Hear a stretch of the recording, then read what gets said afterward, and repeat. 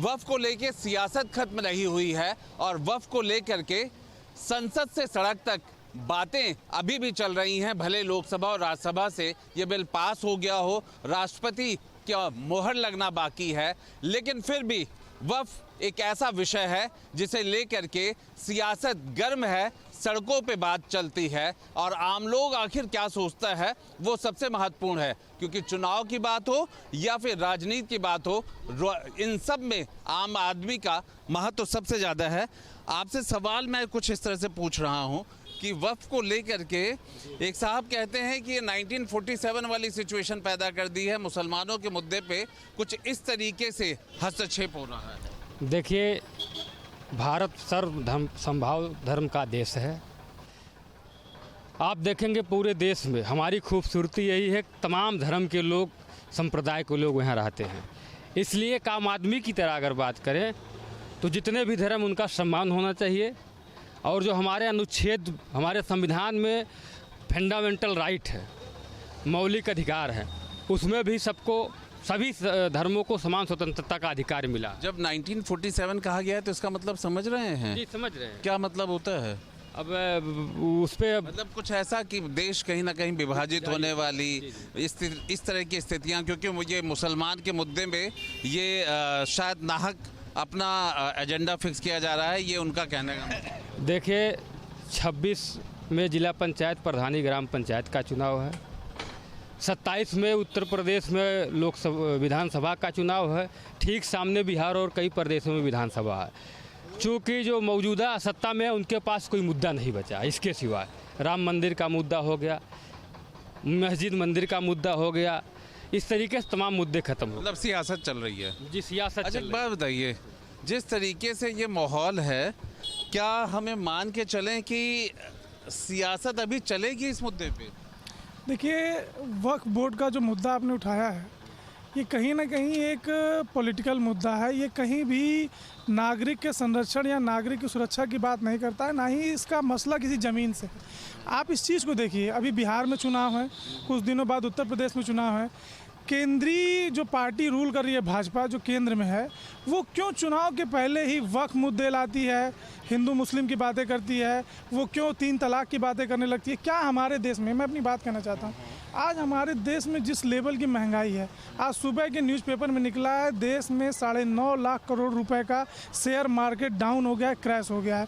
तो हम वक्फ बोर्ड की बात क्यों करें? ये जो वक्फ बोर्ड की ज़मीन होती है, जितनी मेरी जानकारी है 1954 में अधिनियम में आया था और 1964 में ये एक्ट बना था। तो वक्फ बोर्ड में जो ज़मीनें हैं वो मुस्लिम कम्युनिटी के लोगों की होती हैं और मुस्लिम कम्युनिटी के वक्फ बोर्ड जो बना हुआ है वो उन ज़मीनों का इस्तेमाल अपने दीन के कामों के लिए करता है।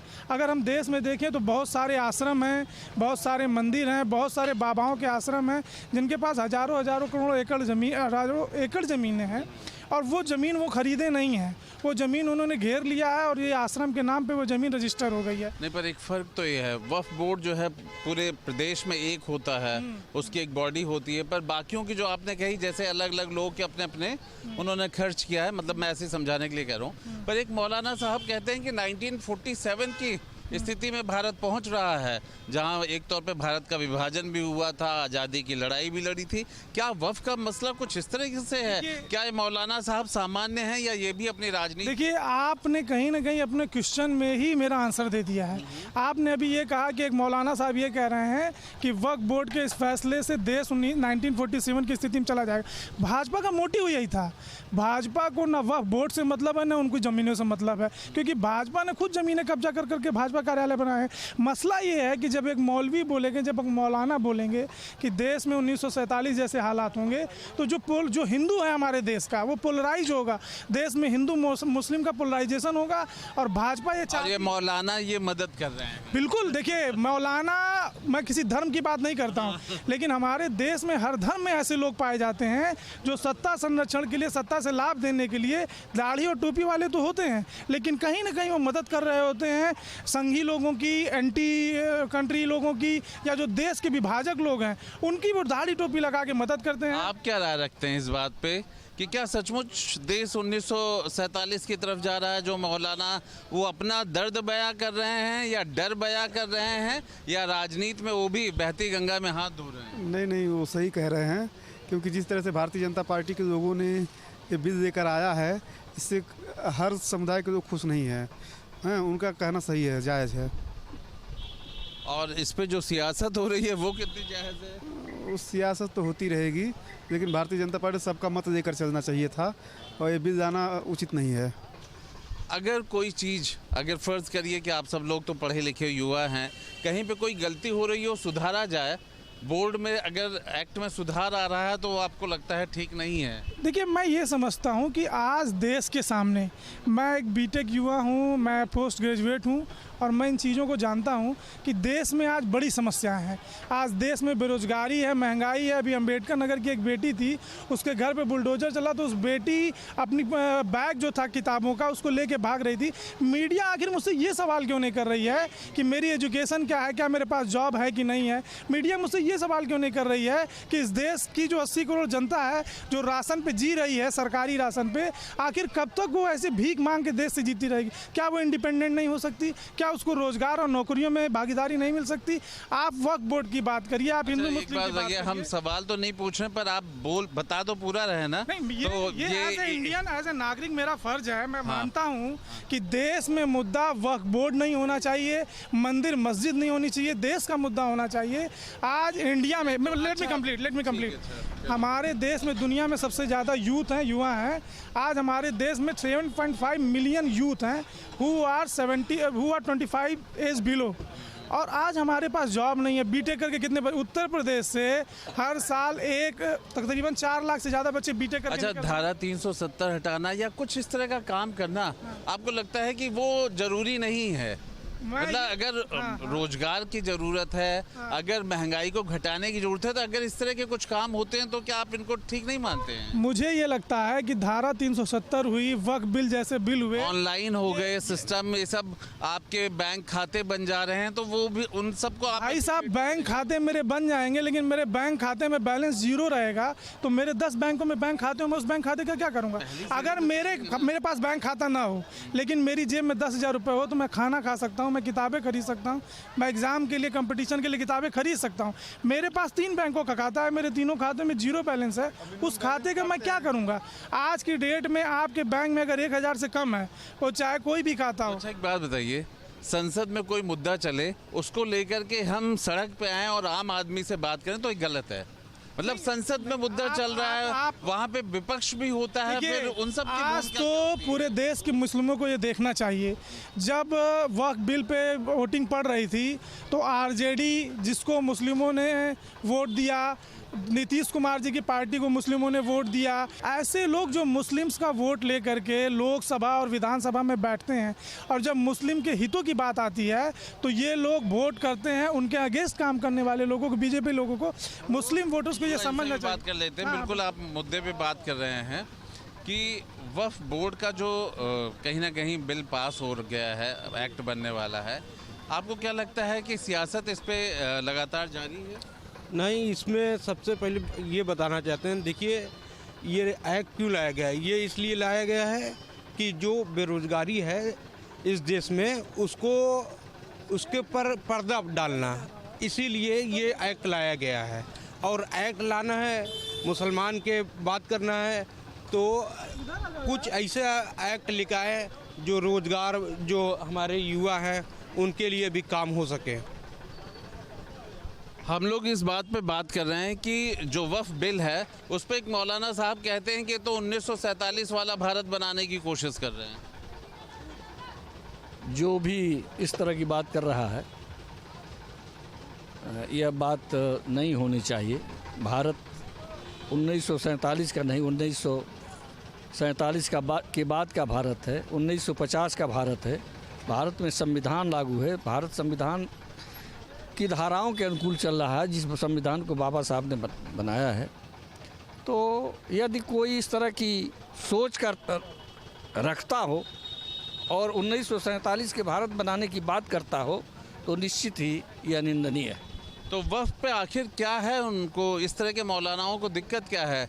जब बहस होती है लोकसभा में, पक्ष विपक्ष दोनों बहस में हिस्सा ले रहे हैं, राज्यसभा में हिस्सा ले रहे हैं, तो अगर मसले को पास किया जा रहा है, अभी भी क्या तकलीफ है? सियासत नहीं, ये ज़रूरी नहीं है कि जो दल सत्ता में है, बहुमत में है, वह जो भी बिल पास कर दे, कोई ज़रूरी नहीं है कि वह पार्टी हित में कर रहे हैं कि जनता के हित में कर रहे हैं।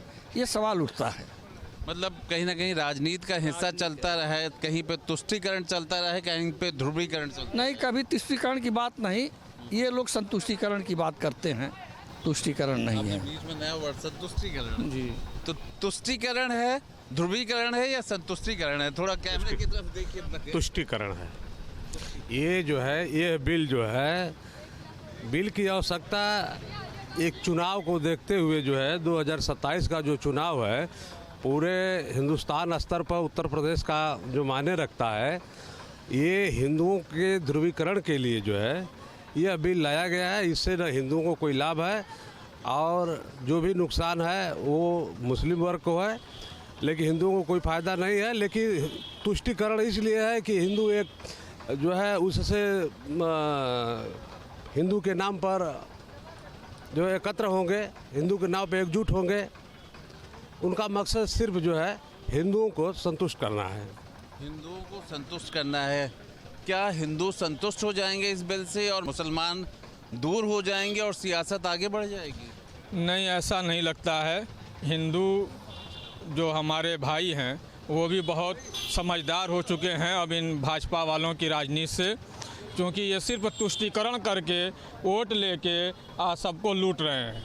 महंगाई दिन पर दिन बढ़ती जा रही है, युवा बेरोज़गार होते जा रहे हैं। मुद्दे तो बहुत हैं हमारे पास, विपक्ष के पास बहुत सारे मुद्दे हैं। हमारे प्रदेश में युवा जो बेरोज़गार घूम रहे हैं उनका सबसे बड़ा मुद्दा है, महंगाई का सबसे बड़ा मुद्दा है, विकास का बहुत बड़ा मुद्दा है, जो योगी जी की सरकार निरंतर फेल होती जा रही है। कानून व्यवस्था बद से बदतर, आए दिन देख रहे हैं महिलाओं पे अत्याचार जुल्म होता जा रहा है, लेकिन कोई सुनवाई नहीं हो रही है। चलिए अब आखिरी आपसे ख़त्म कर देते हैं, सवाल यहीं से ले लेते हैं, तुष्टीकरण, ध्रुवीकरण या संतुष्टीकरण? मैं आपको बता रहा हूं कि इंडियन पॉलिटिक्स जो है, जो भाजपा कर रही है, वो कम्प्लीटली पोलराइजेशन की पार्टनर की राजनीति कर रही है, ध्रुवीकरण की राजनीति कर रही है। और जो भारतीय जनता पार्टी है, कहीं ना कहीं इनका आइडियल जो है वो हिटलर है। हिटलर ने जब यहूदियों के खिलाफ अपने देश में एक पोलराइजेशन, ध्रुवीकरण की स्थिति पैदा की, तो वहाँ यहूदियों और हिटलर के मानने वाले लोगों में आपस में ध्रुवीकरण हुआ और एक भयंकर काट मार का माहौल पैदा हुआ। भाजपा ये चाहती है कि भारत में भी हिंदू मुस्लिम के नाम पे आपसी मतभेद और खाई इतनी गहरी कर दी जाए कि उस खाई के आड़े ना महंगाई दिखे, ना बेरोजगारी दिखे, ना समस्याएं दिखें। लोग आपसी नफरत में इतना जलें कि उनके पास इस बात का वक्त ना हो कि वो अपने बच्चे की नौकरी, रोजगार, महंगाई के लिए एक मिनट भी सोच पाएँ। यही भाजपा की नीति है। वक्फ बिल लाने का कोई मतलब नहीं था, वो सिर्फ ये मतलब था कि जो मेजर 80% हिंदू वोटर है वो ये संतुष्ट हो सके कि भाजपा के लोग केंद्र सरकार, अगर सत्ता का ये मकसद है तो विपक्ष जो है उस मकसद को पूरा करने में इसका मतलब मदद कर रहा है, क्योंकि वो कहीं पे इफेक्टिव ही नहीं। और देखिए, विपक्ष, मैं दूसरे की बात तो नहीं करता हूं, लेकिन समाजवादी पार्टी ने के सारे सांसदों ने इसके खिलाफ वोटिंग की। समाजवादी पार्टी ने हर वो कोशिश की, संभव कोशिश की, जिससे इस बिल को रोका जा सके। लेकिन हाँ, मैं आपकी बात से ये सहमत हूँ कि देश में जितनी विपक्षी पार्टियां थी और जो सत्ता पक्ष में भी वो पार्टियां थी जो मुस्लिम वोटर्स के दम पे आज सत्ता में लोकसभा और विधानसभा में बैठे हैं, अगर उन पार्टीज़ ने आज भाजपा के इस गलत निर्णय को सपोर्ट किया है तो उनको, मुस्लिम समाज को जीवन में कभी उनको वोट नहीं करना चाहिए। ये मेरी अपील है। आगे क्या लगता है कि ऐसे ही 1947 टाइप के बयान आते रहेंगे मौलानाओं के, ऐसे ही वो इस बात को ना मान करके कोर्ट और कहीं और जाते रहेंगे? देखिए, इसकी जिम्मेदार पब्लिक है, वोटर है। जो हमारे देश का 125 करोड़ वोटर है, उसको इस बात को समझना चाहिए कि हम उन लोगों को सत्ता में बैठाएं जिनकी मंशा नफरत और सामंतवाद की है, आपसी खाई की है, या उस व्यक्ति को सत्ता में लाएं जिसका विजन विकास का है, डेवलपमेंट का है। यही सोचना चाहिए। अगर यूजर वो जब समझ जाएगा, वोटर जिस दिन समझ लेगा कि मुझे उस नेता को सत्ता में लाना है जो विकास, डेवलपमेंट की बात करे, भाईचारे की बात करे या नफरत की बात करें। हम आपको इसीलिए सड़क पे लेके आते हैं जिससे आप संसद में जो चलता है उसको समझ सकें, क्योंकि जो आम आदमी बोलता है वही कहीं ना कहीं नेता की ज़बान बनती है। कहीं ना कहीं सत्ता हो या विपक्ष हो, वही मुद्दे सामने निकल करके आते हैं। वक्फ संशोधन एक्ट संसद से पास हो चुका है और राष्ट्रपति की मुहर का इंतजार है। इस बीच तमाम लोग अपने बयान दे रहे हैं। इसी क्रम में अलीगढ़ के एक मौलाना जो कि जमीयत उलेमा हिंद से ताल्लुक रखते हैं, उनका बयान सामने आया है और उन्होंने चेतावनी दी है कि 1947 की तरीके आंदोलन हो सकता है। मुसलमान सड़कों पर उतर करके आंदोलन करेंगे। ये उनकी धार्मिक जो हक है उनका बेजा इस्तेमाल है, उसके खिलाफ है, इसलिए वो सड़कों पर उतरेंगे और तमाम तरीकों से विरोध करेंगे। कानपुर के तमाम लोग हमारे साथ मौजूद, उनसे बात करते जानने का प्रयास करते हैं कि जिस तरीके से जमीयत उलेमाए हिंद के महानगर अध्यक्ष ने ये बयान दिया है उससे वो क्या समझते हैं, क्या वाकई में ऐसे हालात पैदा हो सकते हैं देश में जैसे 1947 में हुए थे? आप बताइए भाई साहब, इस जो चेतावनी का क्या मतलब निकाला जाए? देखिए, कोई हालात इस तरह के ना बनेंगे। पहली चीज, मौलाना जी का व्यक्तिगत हित हो सकता है। वक्फ बोर्ड है क्या? देश का आवाम आज तक यही नहीं जान पा रहा था कि वक्फ बोर्ड क्या है। वक्फ बोर्ड वो संपत्ति है, जब भारत का विभाजन किया गया, भारत माँ भारती का विभाजन किया गया, तो यहाँ पर जिस तरह से शासन चलता था और जो जमीनें यहाँ के मुस्लिम छोड़ के पाकिस्तान को पलायन कर गए, उनकी संपत्ति को वक्फ बोर्ड घोषित किया गया। ये एक ऐसा कानून देश की आवाम पर थोपने का काम कांग्रेस के लोगों ने किया, जबकि 13% हिंदू भी बंटवारे के समय में पाकिस्तान के अंदर था। जबकि आज आप संख्या देखेंगे तो मुझे लगता है कि 1% भी नहीं रह गई है। तो इस देश की आवाम में ज्यादातर जो संपत्ति बनाई गई वक्फ बोर्ड की बनाई गई, और उस वक्फ बोर्ड की संपत्ति पे कब्जा किसका है? मुस्लिम समाज का तो नहीं है। मुस्लिम में एक पसमानदा समाज भी है जो वो कह रहा है कि मैं 96% हूँ देश के अंदर, लेकिन इन 4% लोगों ने उनको 96% गरीब मुसलमानों को भी उनके अधिकार को छीनने का काम किया है। माननीय प्रधानमंत्री जी ने ये जो कानून लेकर आए हैं, हम किसी मस्जिद को, मजार को छूने नहीं जा रहे हैं, लेकिन वक्फ के नाम पर अरबों खरबों की जमीनें जो वो लोग आज भी शासन करके अरबों खरबों कमा रहे हैं, तो उस पर भी फोकस किया गया है। इसका लाभ सीधे सीधे गरीब मुसलमानों को मिलेगा, उनके बच्चों को मिलेगा, उनकी महिलाओं को मिलेगा। इसमें कोई भी दो राय नहीं है। और जहां तक सवाल है वो आंदोलन का विषय कर रहे हैं, देश का मुसलमान भी समझ चुका है, वो भी समाज की मुख्य धारा में जुड़ चुका है, वो भी अपने बच्चों को अच्छी शिक्षा, अच्छी चिकित्सा करने के लिए आतुर है। तो निश्चित रूप से ऐसा कोई भी आंदोलन में वो कहीं सहभागिता नहीं करेगा। मुफ्ती मोहम्मद अहमद कासमी का जो बयान है, क्या लगता है कितना जायज़ है? क्या इस हालात में इस तरीके के बयान दिए जाने चाहिए? क्या ये मुस्लिमों को भड़काने वाला बयान है? किस नज़र से देखते हैं आप? देखिए, पूरे देश के मुसलमानों ने इसको स्वीकार किया है और एक आध लोग अपने आप को टीवी चैनल में आने के चमकाने के लिए ऐसा कृत्य कर रहे हैं। और गरीब मुसलमानों के लिए ये वक्फ जो आया है, इससे उनका बहुत हित होने वाला है। देश का मुसलमान समझ चुका है, इसलिए तो कहीं भी एक ईंटा पूरे देश में कहीं नहीं चला है, एक जरा सी सुई कहीं नहीं गिरी है। और एक आध लोग इनकी बातों पे ज्यादा ध्यान नहीं देना चाहिए। और धन्यवाद देते हैं देश के यशस्वी प्रधानमंत्री जी को, जिन्होंने गरीब मुस्लिम भाइयों के लिए सोचा। और तमाम ऐसी नीतियां बनेंगी जिससे कल्याणकारी जो हमारे मुस्लिम समाज के लिए काम आएंगी। मतलब क्या लगता है कि जो वक्फ बोर्ड है, वक्फ बोर्ड की आड़ में तमाम लोग वक्फ की संपत्तियों पे काबिज हो जाते हैं और उनका गलत तरीके से इस्तेमाल करते हैं। अब ये कानून बन करके नई शक्ल में सामने आ रहा है, वक्फ संशोधन एक्ट। ऐसे में जो गरीब मुसलमान है उनको उनका हक मिल पाएगा? बिल्कुल मिल पाएगा, क्योंकि आज़ादी के बाद से वक्फ बोर्ड की संपत्तियों पर मात्र 1 या आधा % जो मेथडिस्ट टाइप के लोग हैं उनका ही कब्जा है और वही मलाई खा रहे हैं। इसमें आम मुस्लिम, क्योंकि मैं भी मुस्लिम समाज से हूँ, आम मुस्लिम समाज को या आम मुसलमान को इसका कोई भी लाभ आज तक के नहीं मिला है। लेकिन इस कानून के आने से ऐसा लग रहा है कि जो बहुत निचले स्तर का मुसलमान गरीब है उसका कुछ न कुछ भला होने जा रहा है। क्योंकि आम सी बात है कि आपके पास इतनी बड़ी प्रॉपर्टी है, आप करोड़ों रुपया उसका साल का, चाहे आपको कब्रस्तान हो, चाहे वो ईदगाह हो या प्रॉपर्टी हो, आपने करोड़ों करोड़ों रुपया पर लेके लोगों को मॉल बनवा दिए, पैसे वालों को दे दिए, कभी एक गरीब मुसलमान को दिया क्या आपने? और मुफ्ती मोहम्मद अहमद साहब के पेट में दर्द हो रहा है क्योंकि उनकी बहुत बड़ी कमाई उनके हाथ से निकल गई है। इसमें आप देखिएगा कि पूरे हिंदुस्तान भर में मात्र 3 या 4% ऐसे मेथडिस्ट टाइप के हैं जो वक्फ की प्रॉपर्टियों से पैसा कमा रहे थे, लाभ कमा रहे थे। और 99% जो मुस्लिम समाज था वो आज भी धक्के खा रहा है। आज भी ना वो उसको मदरसों में शिक्षा मिल रही है, ना स्कूलों में मिल रहा है, ना अस्पतालों में मिल रही है। मेरी देश के प्रधानमंत्री नरेंद्र मोदी जी से मांग है और आपके चैनल के माध्यम से मैं एक आग्रह करना चाहता हूँ कि जितनी वक्फ बोर्ड की प्रॉपर्टियां हैं इनमें ये बड़े अस्पताल बनाएं, पार्क अच्छे बनाएं, अच्छे स्कूल बनाएं, जिससे सर्व समाज के लोगों को, बच्चों को शिक्षा मिले, चिकित्सा मिले और हमारा देश आगे उन्नति की तरफ बढ़े। ये कानून बहुत देर में आया, इसको बहुत जल्दी आना चाहिए था। आप मुसलमान हैं, लेकिन तमाम मुसलमानों का कहना ये है कि जैसे कि जमीयत उलेमा हिंद के महानगर अध्यक्ष अंजोली के, उन्होंने भी यही कहा कि मुस्लिमों के धार्मिक अधिकारों का आना नहीं है। क्या आपको लगता है कि ये मुस्लिमों के धार्मिक अधिकारों का आना नहीं, सरकार दखल दे रही है या जायज़ है ये? देखिए, वक्फ संपत्तियों से कोई भी मुस्लिम अधिकारों का या हमारे दीन में या हमारे इस्लाम में या मजहब में या हमारे पर्सनल किसी भी चीज़ में वक्फ संपत्तियों का कोई लेना देना नहीं ना।